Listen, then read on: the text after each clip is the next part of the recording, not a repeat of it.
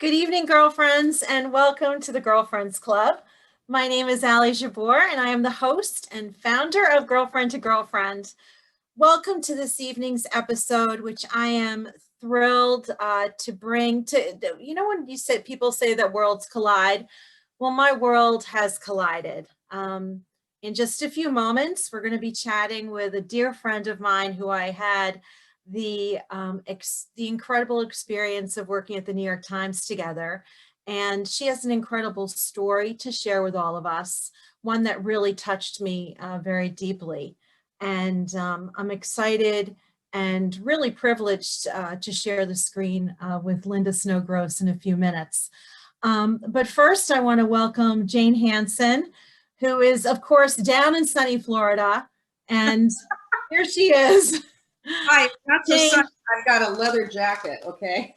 Oh boy, you sure? Well, because you're in sunny Florida, I took the opportunity to use the sunless tanner I was talking about a couple of weeks ago. Good girl. All right, so just one, moment with Rodan and Fields, their foamless sunless tanner, and look at this. Okay, it looks looks natural. I'm imitating you because but I had to wear sleeves like you tonight. But that's so fabulous. And then aren't you also using that Tarte stuff? Oh gosh, so that's the other thing. So thank you, Renee. Renee recommended the Tarte Shape Tape, the under eye concealer, and it's transformed my life. Yeah, well, you look fabulous. Can I? Go on.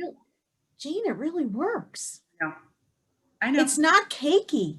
Yeah, I used Tarte all the time when I was at NBC. That was one of the big that we used a lot of their products. Can I show you my newest addiction? Yes. See these pretzels? Yeah, I'd love one. They're called Splits. Okay. Oh, I've seen them. I found this at this little market. These one are multi-grains. I am so addicted. I ate almost a whole bag last night. I could do that. I could. Like you're supposed to be, here where you can be outside all the time. The whole point is getting exercise, blah, blah, blah, but not going to work very well if you just eat pretzels all night. So what's their deal? It's Splits because why? Well, here, shall I read it? It says, yes. Deep grooves with a serious pretzel crunch, and beneath the surface there are hollow pockets that create a crispy, flavorful bite. Oh. To me, I'm a pretzel connoisseur. Between pretzels and French fries, I'm the expert. Okay. I don't know if you knew. Somebody's got to be everything, but that's mine. But I'd say game on about the French fries. Let's review.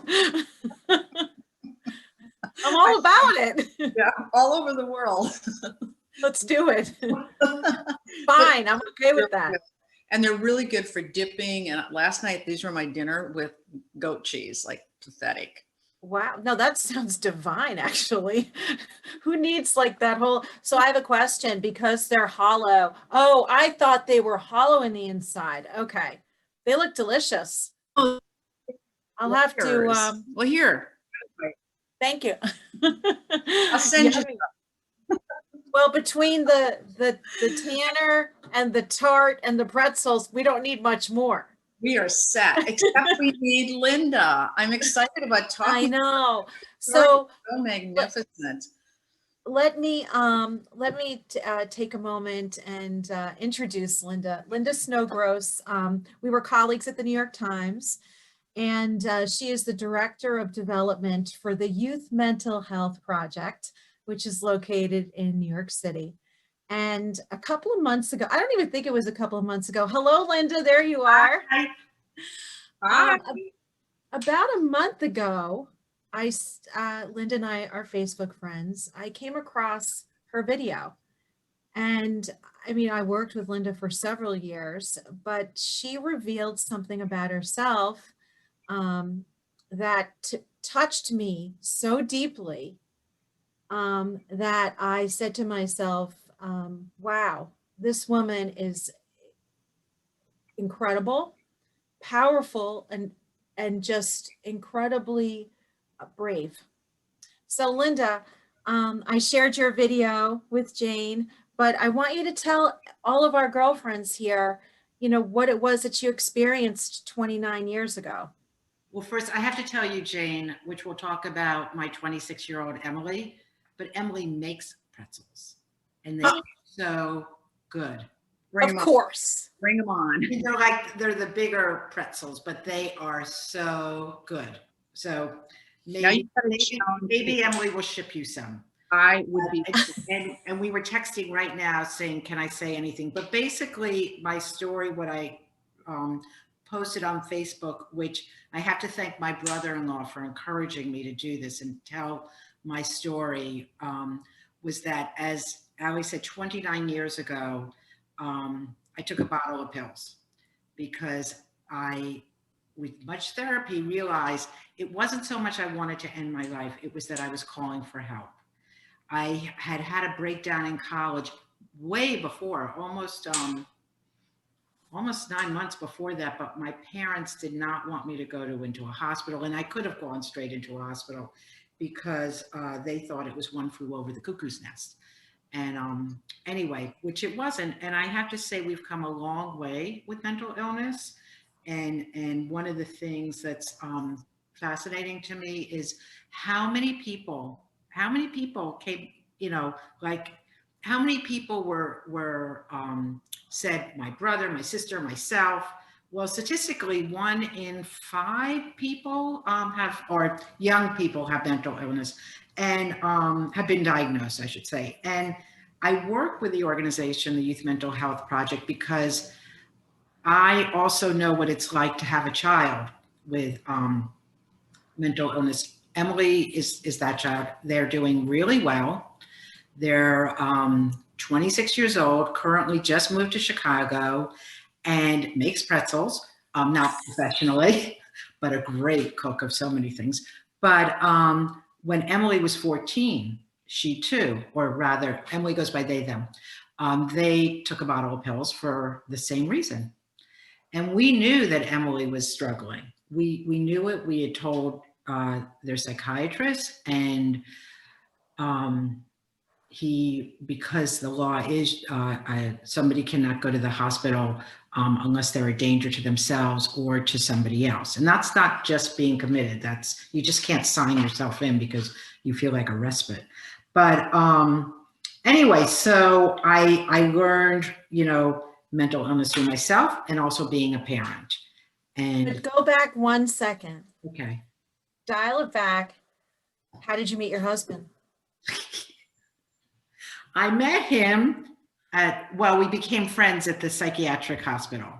I had actually— You saved each other. I feel like this is like a saving of each other story, right? Yes. And what's really funny is I was seeing a therapist a few years ago, which I no longer see because this therapist was a whack job. But anyway, it happens a lot. I'm sure everybody knows. But when I can tell you my history in 20 minutes, just because I've told it so many times to doctors, and they said to me, Linda, what do you mean you're still with your husband?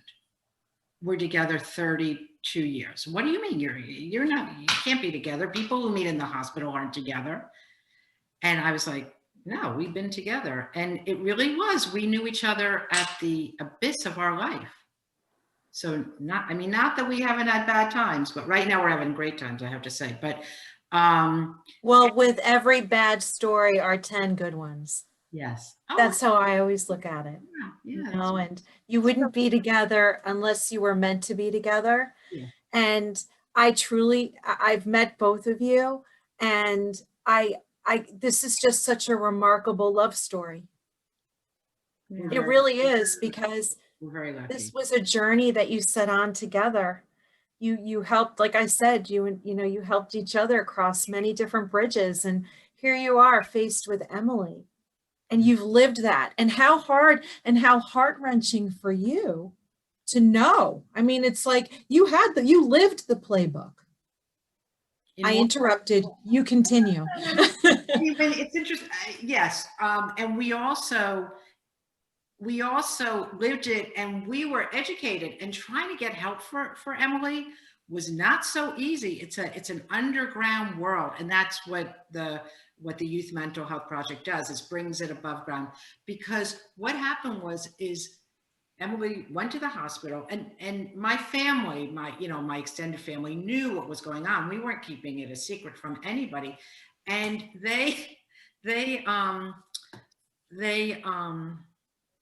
my sister-in-law called me and said, I have a friend who went through what you are going through with Emily. And this woman was about a year ahead of me, so to speak, in this secret society. And, where the resources were, because Emily actually had to go to a therapeutic school for a brief period. And Emily was way ahead than most people who go there. They weren't going kicking and screaming. They knew. They were like, good, like, I need this help. I need to be away from New York City. I need to be away from my parents. I need to be away. My kids went to a private school in New York. I need to be away from that, alpha, hyper New York City world. Question for you, Linda.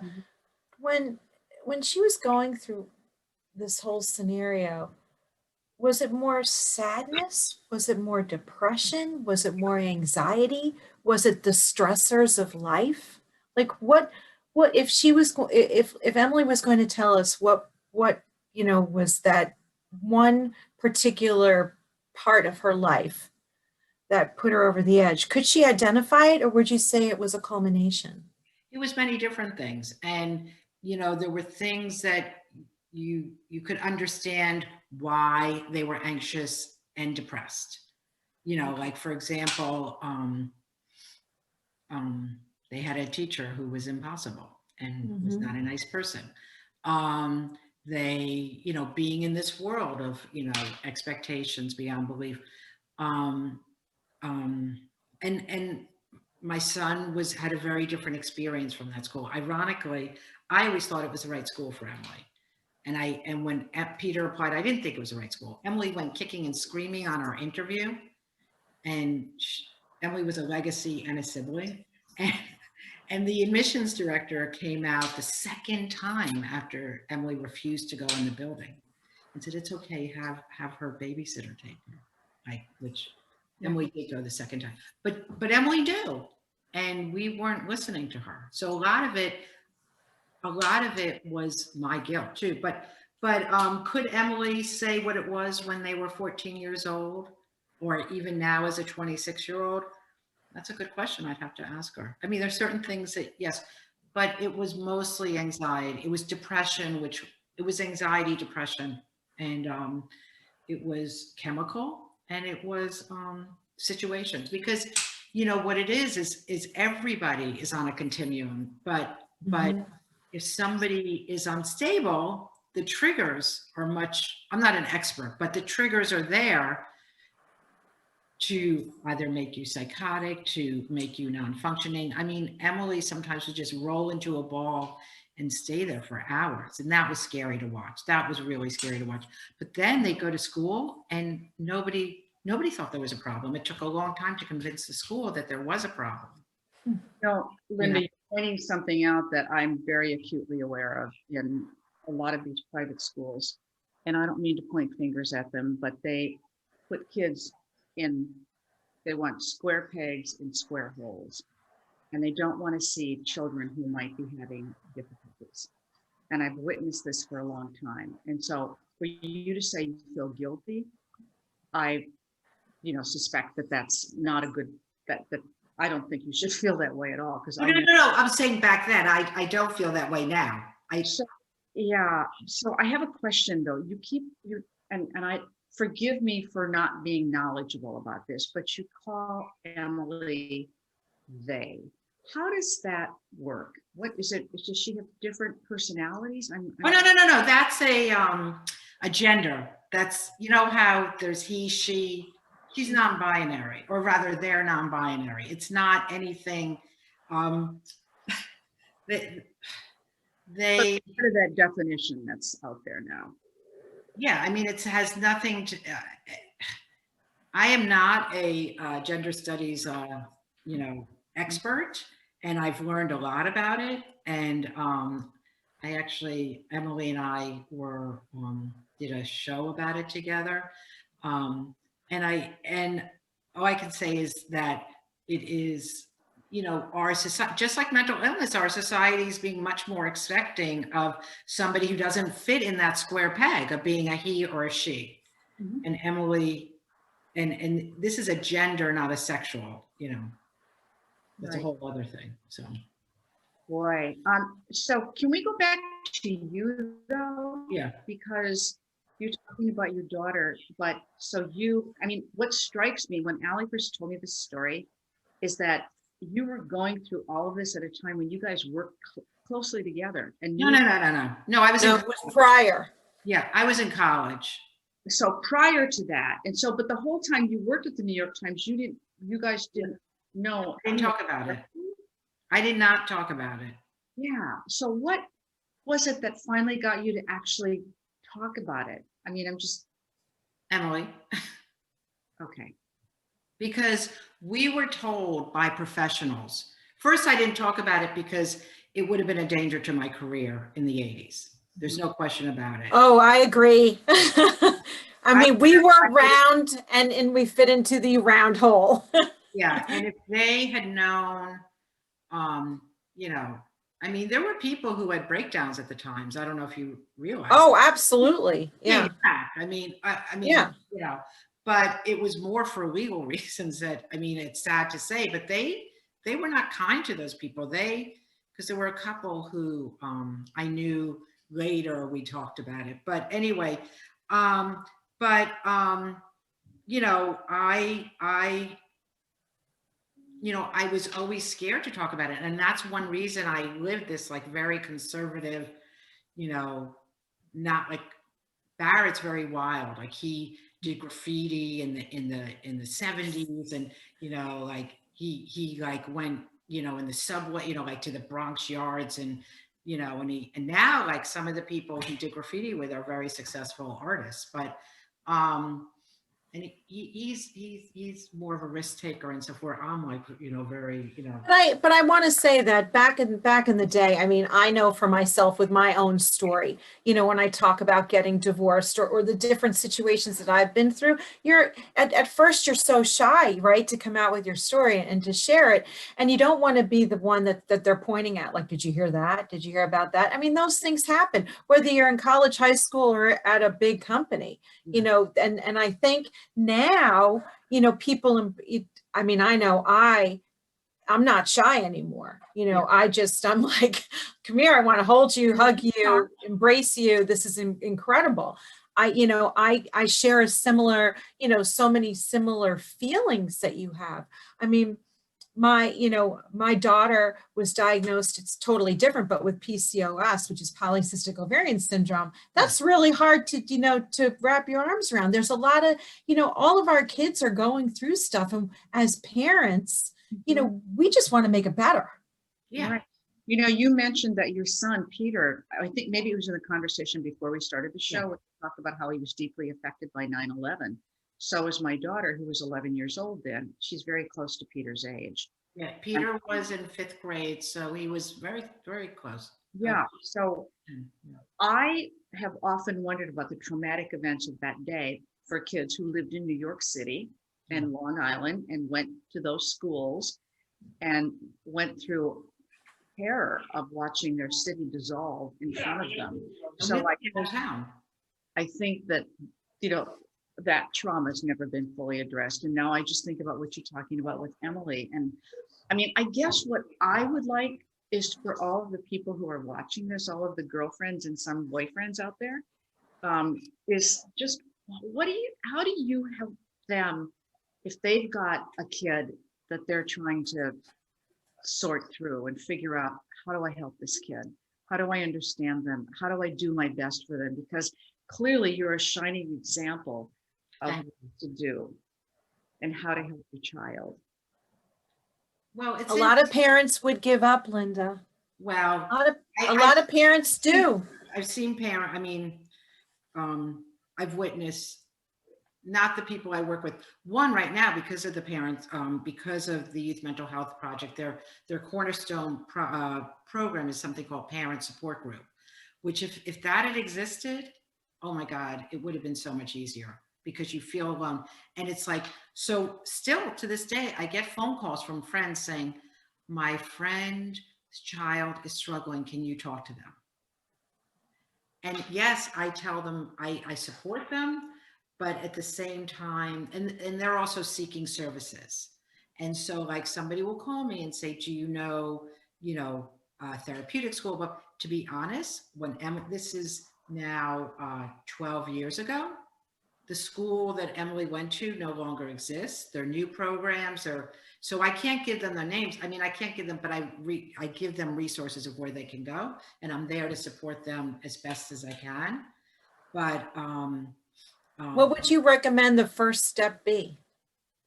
If someone, you have to take care of yourself, meaning you have to breathe. It's like the analogy of the plane, that if you have a baby on a plane, you take the oxygen first, then give it to them.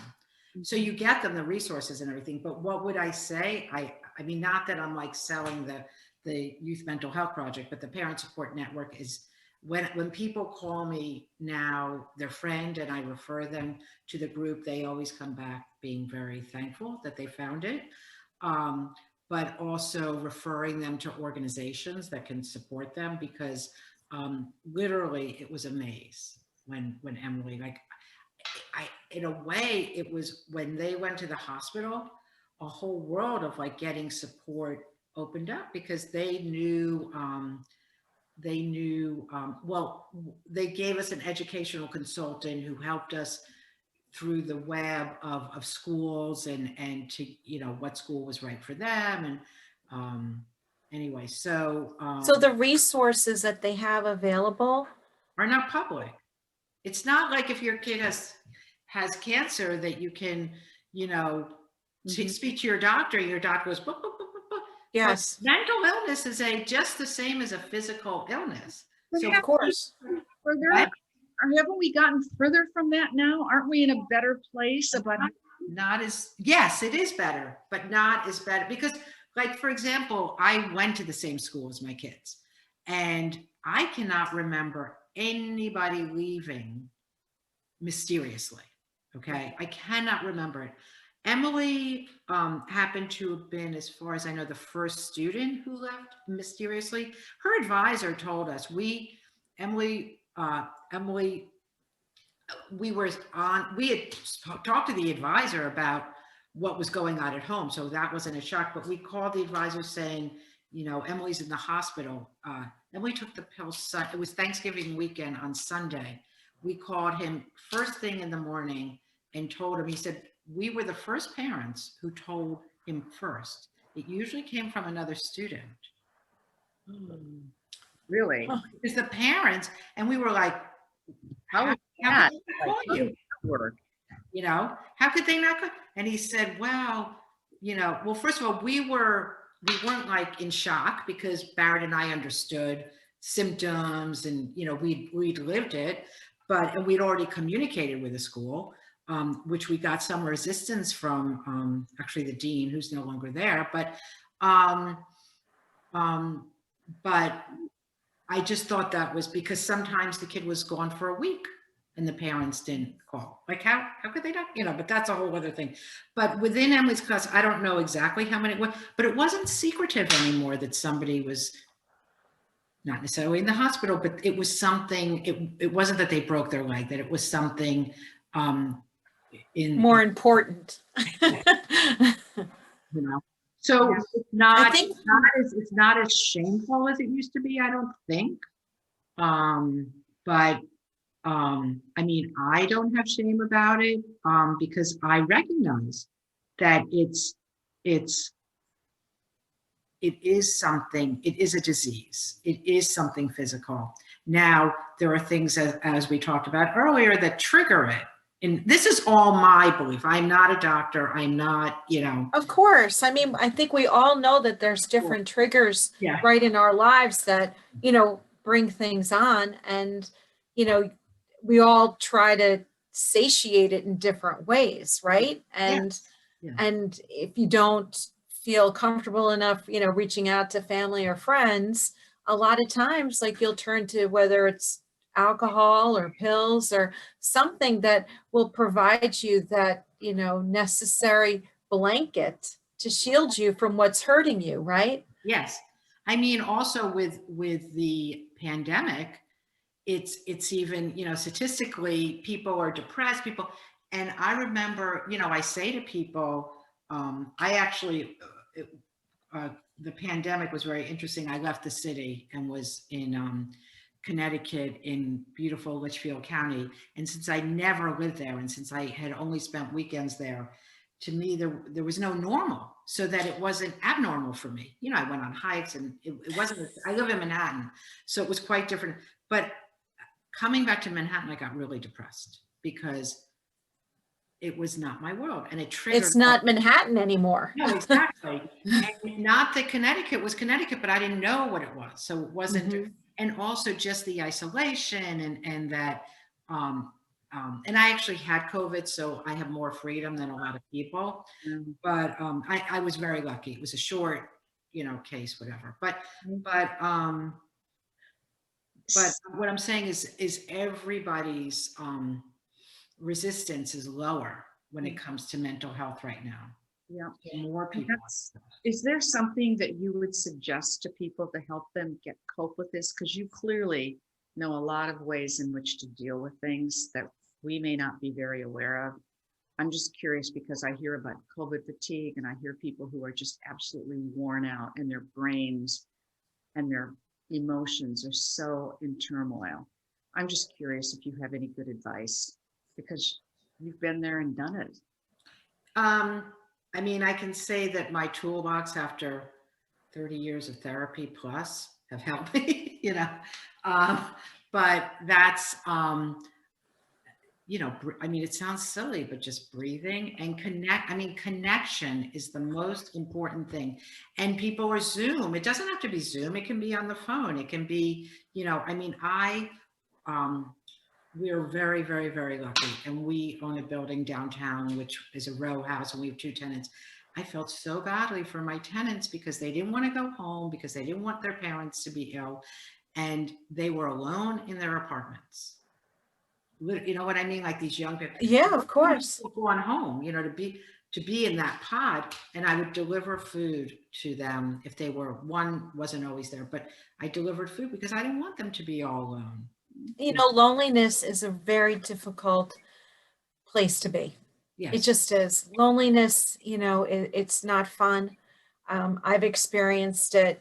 Even though you're surrounded by people, you can be extremely lonely. Yes. And, it's so sad, and it's hard to embrace, but I commend you so much. And, your story, we could go on for hours. Yeah. I'd love to hear about your take on COVID and just having it. Sorry that happened to you also. Good God. Popular, just no, I'm kidding. I mean, COVID and a breakdown. I'm very healthy, and I would say I was with COVID. I had it in March. I probably got it in February, but it was 36 hours when I felt sick, and that was it. Okay. All right. So best case scenario then. Exactly, because if I may say so.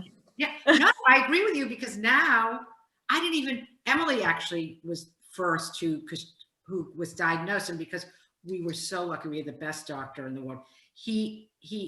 Emily took a test on Monday. Actually, it was funny. Emily took a test on Monday.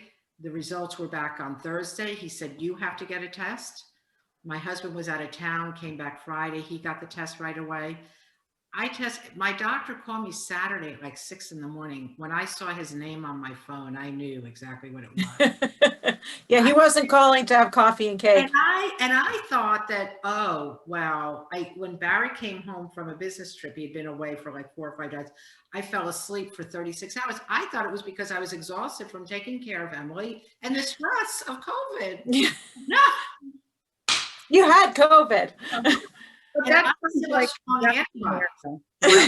What'd you say? I said it sounds like the best scenario if you have to have COVID. Oh my God, yeah. To go to sleep. I want to go. Well, I don't even want to say that, but I'd love a little nap. Linda, how do people get in touch with the Youth Mental Health Project? It's a Youth Mental Health Project, but it's YMHproject.org. Okay. And you can email me anytime at linda.gross, which on the screen, at ymhproject.org. And they have not only the parent support group, but many, many, many resources and resources of where to go for resources too. And Because also the fact what? that they are a nonprofit. Yes. So they are always seeking help. And for those of you, I know I felt compelled. I just had to make a donation, and albeit if I win the lottery tonight, I will make a much bigger donation. But Linda, thank you.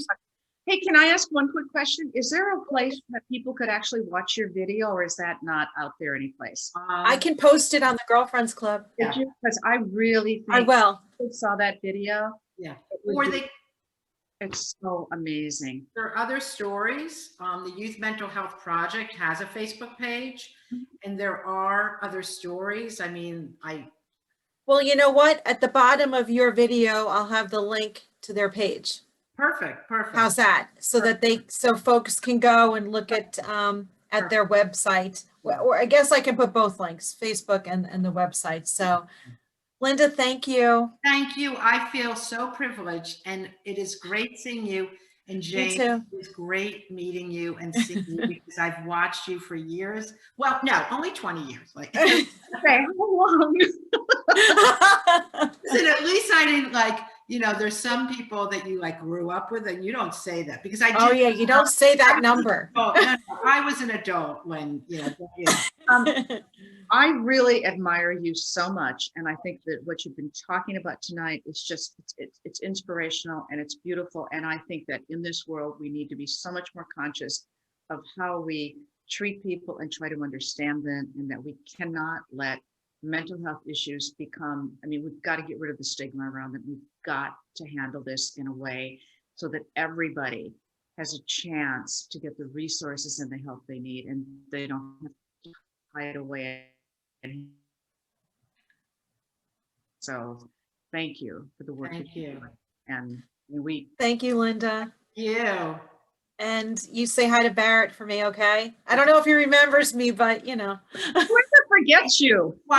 So he's in the other room watching. So oh, good. Hi, Barrett.